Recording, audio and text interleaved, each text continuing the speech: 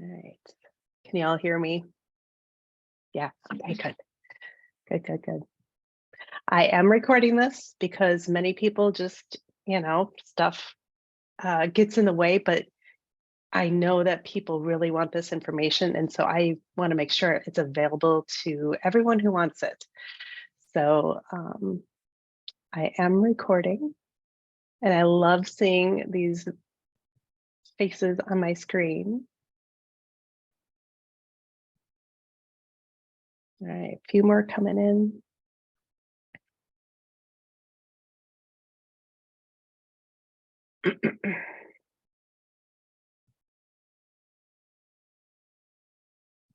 So if you brought your lunch today, I would love to hear what you have for lunch. I get so stuck with the lunch menu.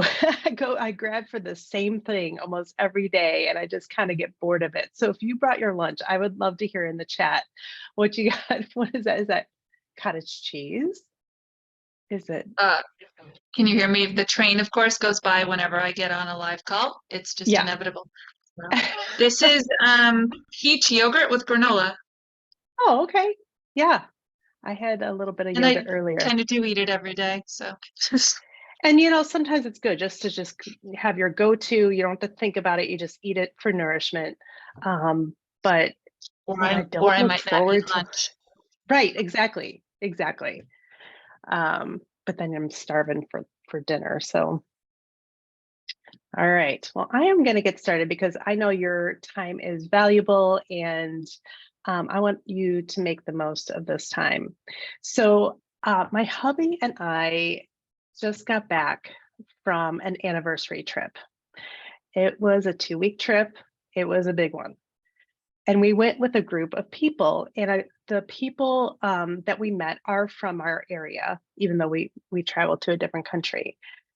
And so just like any new environment or new group of people that you are getting to know, that question of like, oh, what do you do, comes up, right? And yes, there will be a replay. I will be sending that out. So, people ask me what I do, and once they hear that I teach about the Enneagram, I get one of 3 responses. One is, the what? I've never heard that word before. I don't know what you're talking about. Another response is, oh, I've heard of the Enneagram. I took the test a couple times. I don't remember my type. Or a third response, I am obsessed. And then they start telling me all about their type and everything. So it's the responses 1 and 2 that really motivated me to create this masterclass, because I know how much this personality assessment has changed my life. It's been a total game changer in how I see myself and other people. And so it just kills me when people either have never heard of it or they're really confused about it. So I want to make sure that you guys are going to be clearing up any confusion you may have and getting really familiar with the Enneagram. So does anyone who's here today know their Enneagram type? And if you do, put it in the chat, because I would love to kind of follow up with you and see how this all plays out. And if you have more clarity at the end of this masterclass, and if you have questions too. So I am going to share my screen and get this going. So welcome to Beyond Your Type. I want you to understand your Enneagram type and how to use it by the end of this time.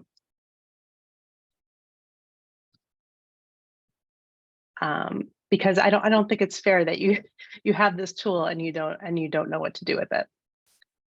So I'm going to help you take that confusion that you may have about the Enneagram and help you identify your type and use it in super practical ways. So this is where we're going to be going. Today, we are going to be talking about your core type and how it comes to be, right? What consists of your core type, which are your centers of intelligence, your stance, and your orientation to time.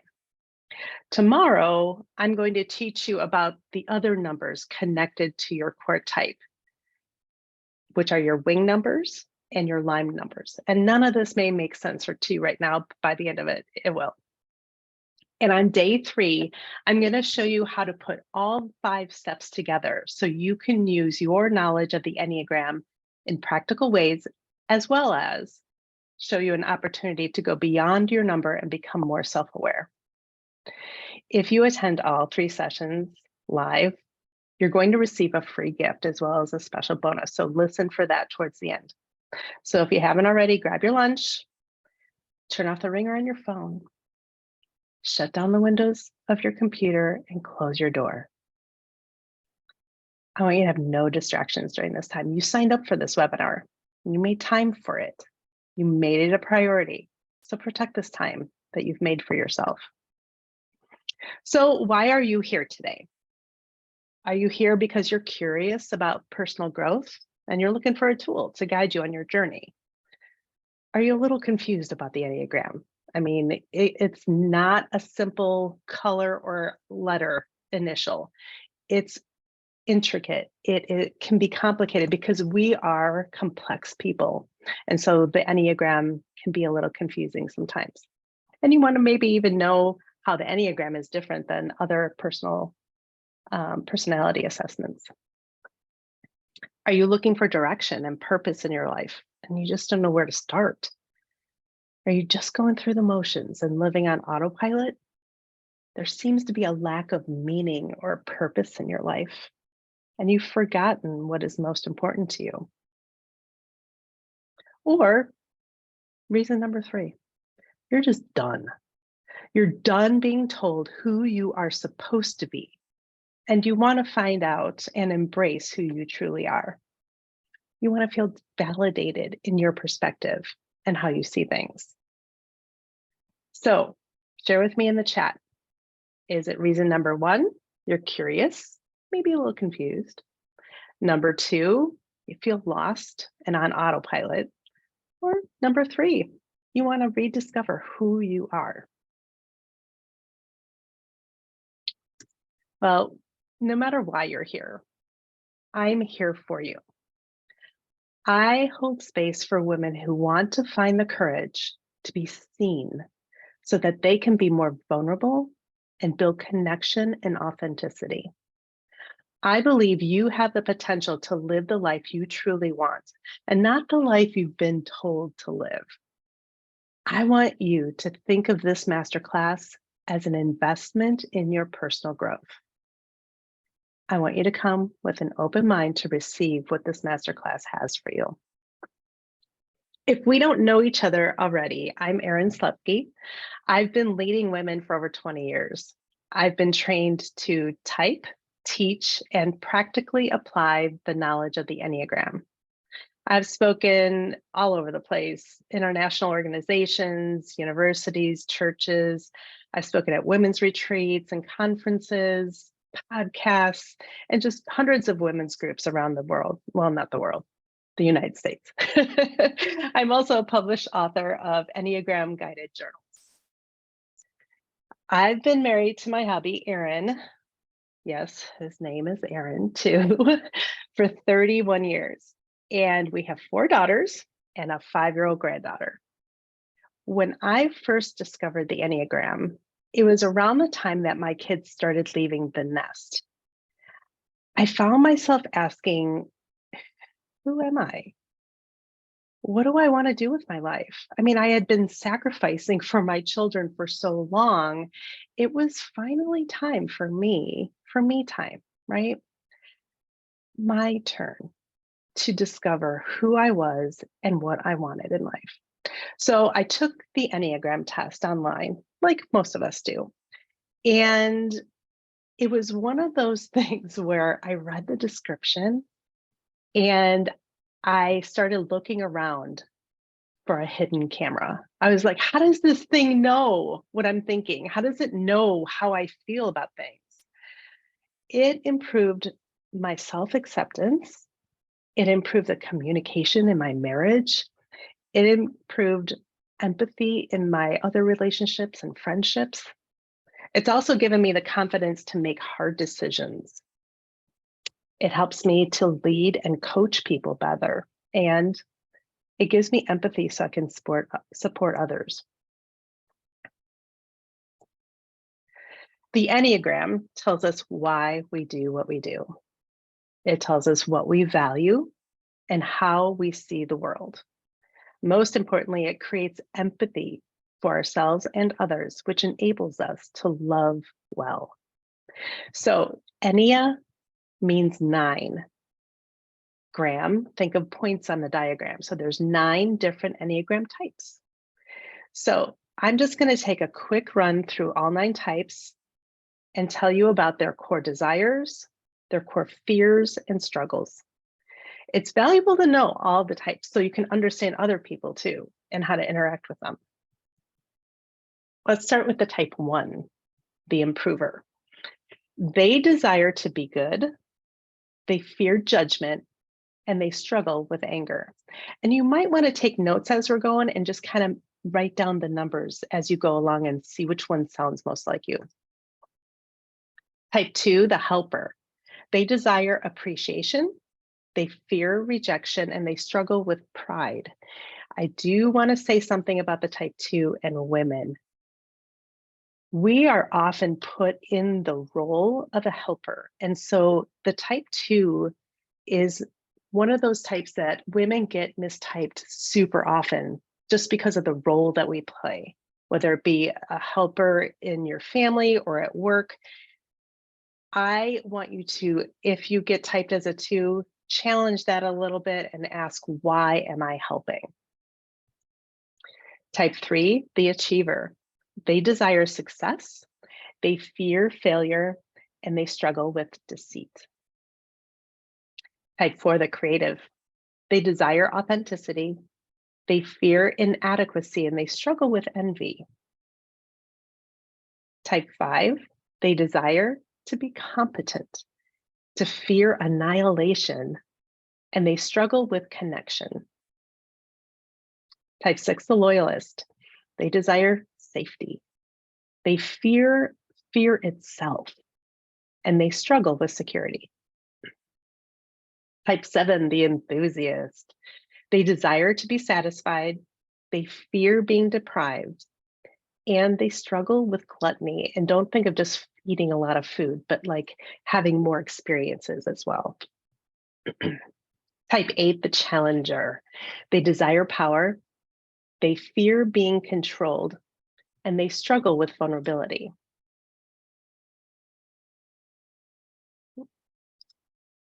And type 9, the peacemaker. They desire peace, they fear conflict, and they struggle with self-forgetting. Okay, so put in the chat if any of those sounded like you. I'd love to hear what you're thinking. So in today's masterclass, we're going to be focusing on your core type, which is those 9 numbers, and how it's determined. There's 3 things we look for when we're coming up with your type: your center of intelligence, your stance, and your orientation to time. So your core type is made up of the way you primarily process information. We call this the centers of intelligence.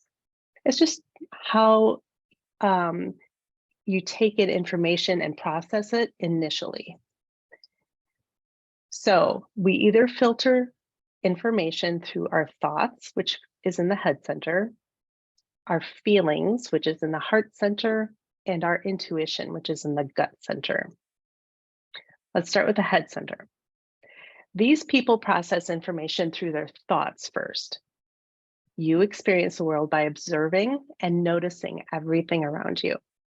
You're a person that lives by a specific plan, and you have to know that plan in order to feel less anxious.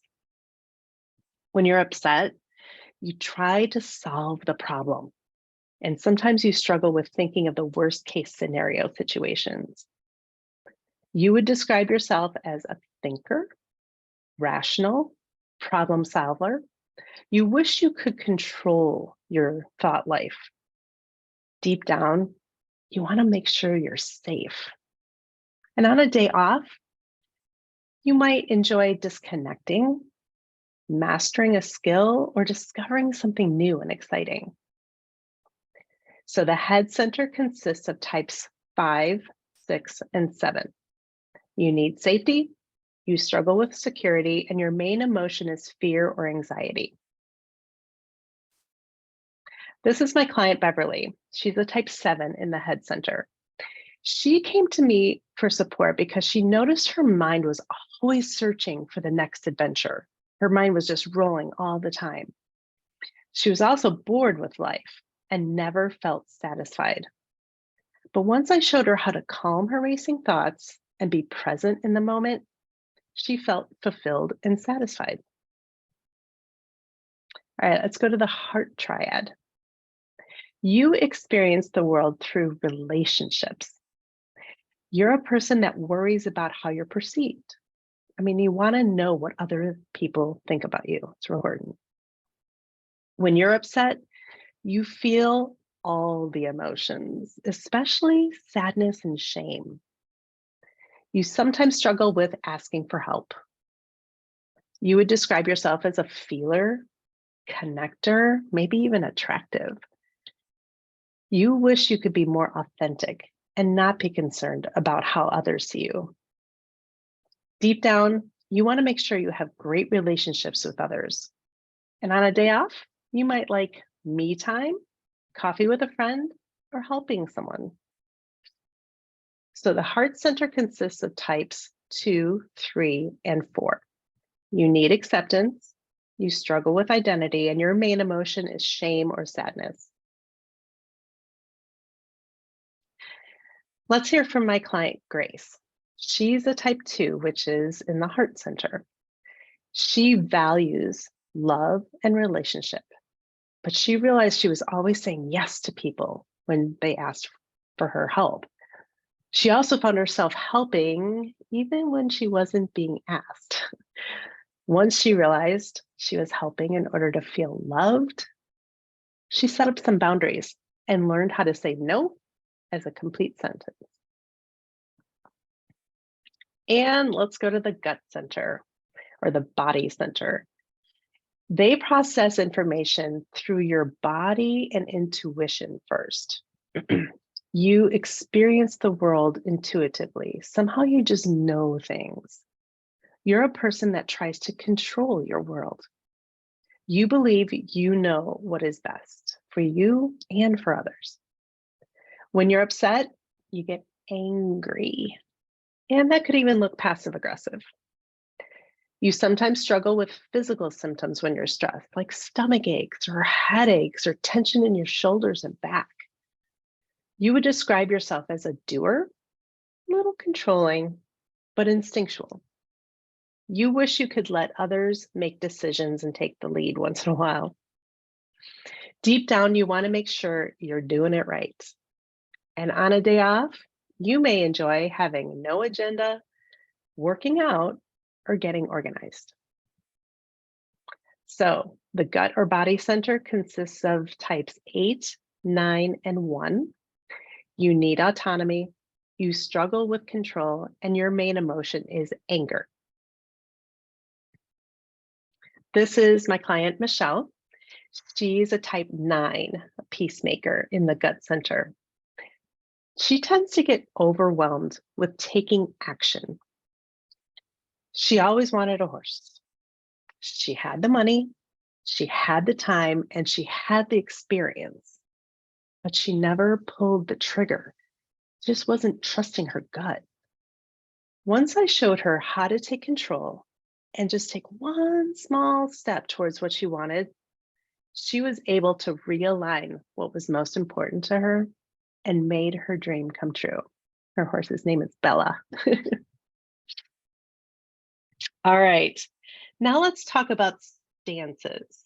And this is just how we move in the world. We're either aggressive, dependent, or withdrawn. They also correlate with your orientation to time. So the aggressive stance is future oriented. The dependent stance is present oriented, and the withdrawn stance is past oriented. So the aggressive, or some people like to call it assertive stance, they go against people. They demand attention. These are the 7, 8s, and 3s.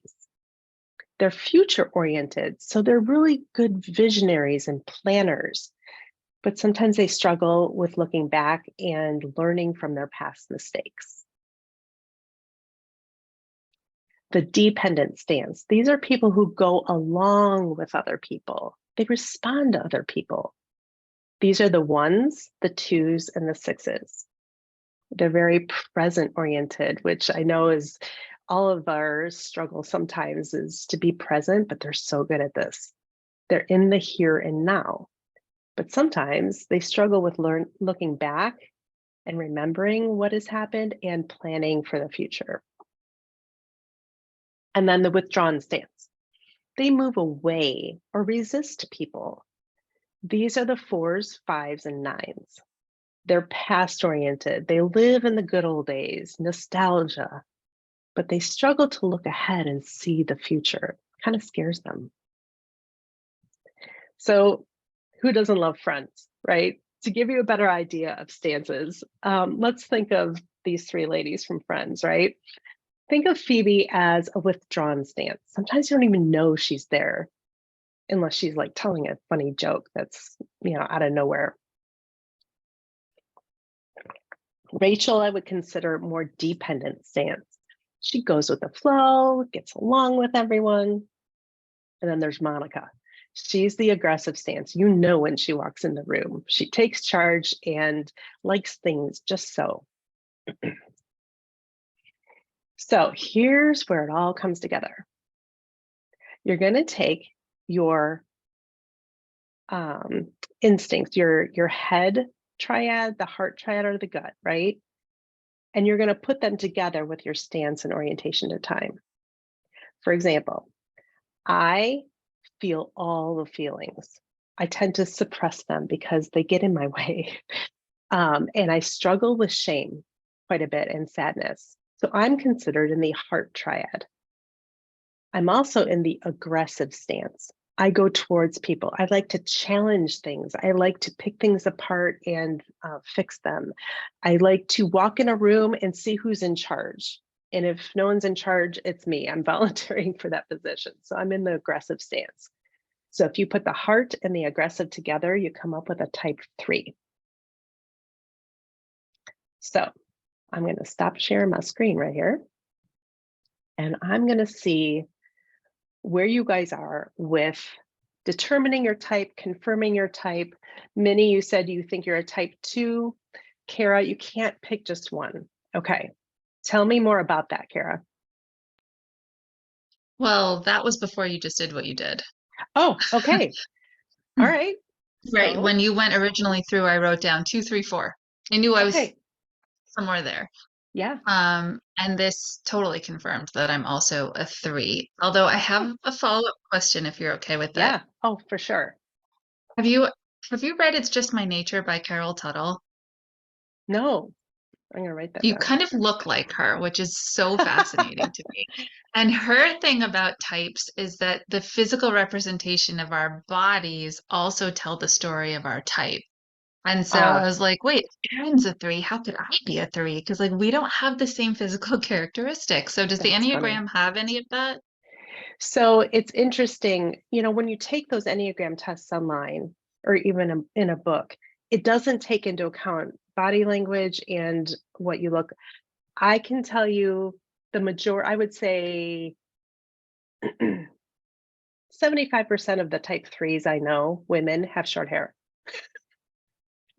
That's what I'm saying. How can I be a 3? I am this Well, long flow human with this long face that I don't know how accurate that is, but I would like to do a study on that. I can have an idea of where that's coming from, but there are different types of each type. I don't go okay. into that in this masterclass, but in Self-Awareness Academy, I go into the subtypes. So for each 9 type, there's 3 different types. So really, technically, there's 27 types, which I'm not going to cover today. But they look different. That's helpful because based on what you said in that chart, I 100% fall into the 3 categories. Great. Anyone else find that they feel confirmed and validated or more confused?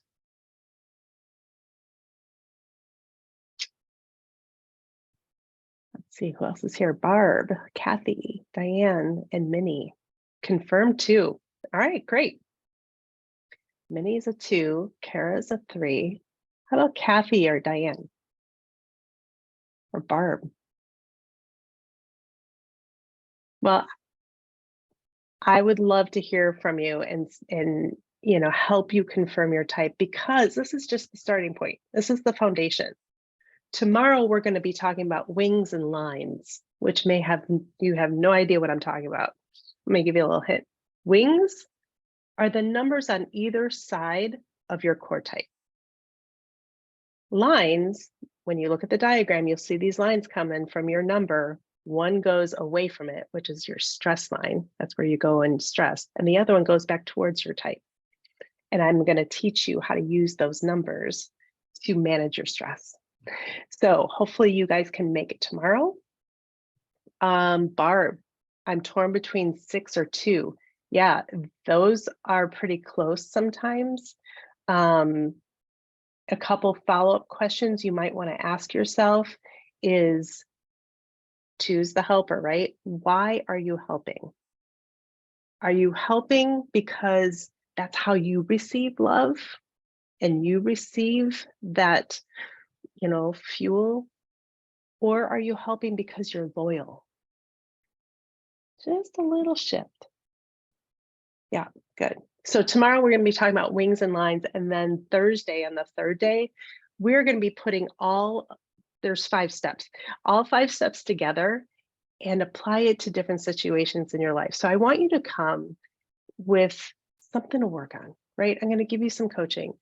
Come with a decision that you have to make. And it can be anything, even like, what are we having for dinner tonight?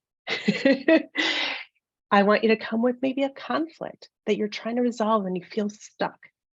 We are going to be using this method to help you figure that out. Thanks, Kara, for sharing that book. I'll have to look that up. That'll be interesting. Or maybe it's time for you to get a haircut. I go short. I'm actually considering growing my hair out because this trip that my husband and I went on, throwing it up in a ponytail would have been really helpful. So if we're doing any more traveling, I think I might be growing it out. All right, ladies, thank you so much. Feel free to reach out if you have more questions, if you have any clarity that you want. And if you want me to send you this, it's like just an overall 1-page sheet of your type, I can do that too. I'll be sending those out to, let's see, Kara and Barb. I think I want to talk to you a little bit more before I send that to you. And then Minnie, I can send you the type too. And if any of you other ladies want a copy of it too, let me know. All right, guys, we'll see you tomorrow.